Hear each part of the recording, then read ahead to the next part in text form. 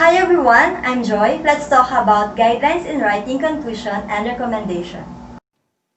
Guidelines in writing conclusion and recommendation. What is conclusion? Conclusion is a general statement formulated from the findings. The following points should be considered when writing conclusion section. Write the conclusion at a scope and level of generality justified by the data presentation. Make necessary qualification with care and caution. Coordinate the conclusion with the tentative acceptance or rejection of the research hypothesis presented or with the objective or question posed.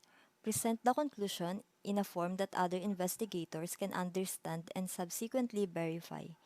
Ensure that conclusions which are within the limits of the result obtained and must be sound and based upon the body of the thesis.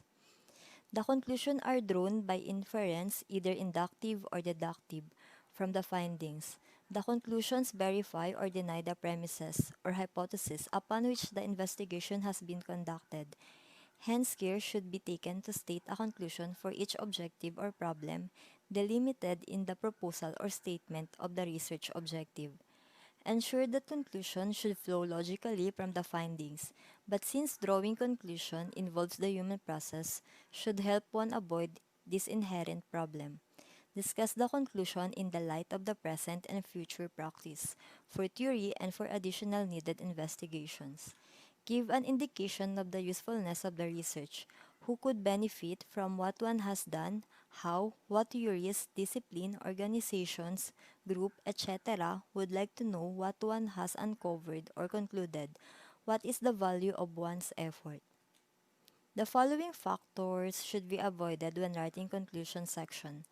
The sense that the writer is in haste to finish up the dissertation may be due to shortage of time or a lack of ideas. Obviousness is another factor termed like in conclusion, or any of its relative are unnecessary and concluding paradox. Exceptional to this rule do exist, but logically once one has given the subheading, conclusion, there is no need to keep on repeating it again. Moralizing, apologizing, or congratulating weakens the conclusion too.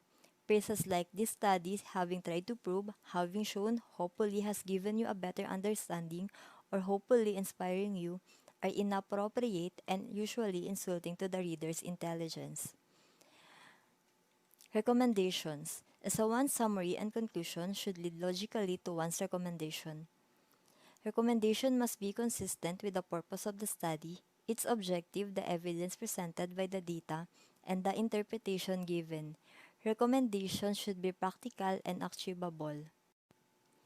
The following factors should be considered when writing recommendation. Areas of further research, emphasizing the question in the study that remain unanswered and therefore ought to be explored further. Methodological issues that could be addressed and refined to improve future research in the areas of study. Action that should be taken to address the problem based on the research finding. Solving a specific problem could involve designing and implementing an intervention. Ngayon naman, magbibigay ako ng sample kung paano na de-derive yung conclusion at recommendation. So, dito, nag-ready ako ng articles na galing dun sa mga articles na paulit-ulit nating nire-review, na pinapagawa ni Sir. Hi, Sir! So, ito. Ito yung napili kong sample.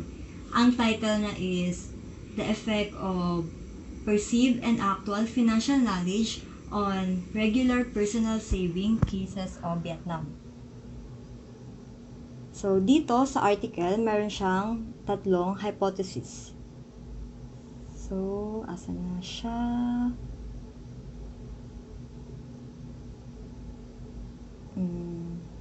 Ito.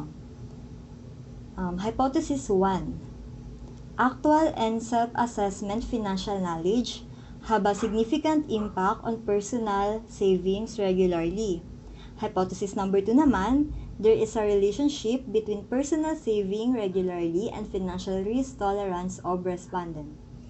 At hypothesis number 3, individuals with high education level and major of study related to business are more positively and significantly related to regular personal saving than people with high educational level but non-business major of study. So, dito, i-check natin sa findings kung ano ba, kung yung hypothesis ba ay tama or mali. Based dito, sa findings niya, sabi, first hypothesis is partly supported. So, tama daw na may effect yung actual and financial knowledge niya sa pagsisave niya regularly. Sa second hypothesis naman, yung sabi naman dun is yung financial risk tolerance daw ay may effect dun sa pagsisave ng tao regularly. Pero sabi dito, based sa findings, hindi siya supported. So, hindi siya tama. At para naman sa last na hypothesis, sabi naman, these results support the third hypothesis.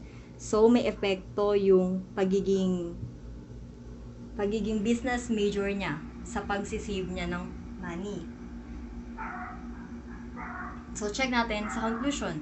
Di ba nga sabi, conclusion is a general statement from the findings. So, ganun din yung ginawa niya dito sa conclusion. Sinabi niya lang dito na financial literacy is combination of actual financial knowledge, a basic component of financial knowledge, and general investment knowledge. With self-assessed financial knowledge, which has been found to be positive, significant related between actual financial knowledge and saving behavior. Also, people with high level of education and study major related to business also have a significant positive relationship with the probability of regular personal saving. So, the conclusion ay galing sa hypothesis na sagot ng findings. Then, from the conclusion, nakapag-arrive naman siya ng recommendation. Di ba nga sabi, yung dalawang yun is nakaka-apekto sa pagsisave nila regularly. So, ang naging recommendation niya dito, financial, naging recommendation niya ay si government daw at saka si education system dapat i-promote nila yung financial literacy. Then, so si recommendation, nakabase naman siya doon sa naging conclusion niya. Tapos kasama din sa recommendation yung scope and limitation ng study. Like dito, the small number of respondent is the limitation. Sabi niya na. So the results are not generalized to the population, therefore, a more comprehensive research into a more representative sample of the population is suggested to provide valid generalization. Moreover, as this is a relatively new topic in developing countries, especially in Vietnam, further research should be carried out in this area. We also plan to develop this research area. So, ayun nga. Sabi niya yung scope and limitations saka kung ano ba yung future research na pwedeng gawin from this research. Yun lang. Thank you!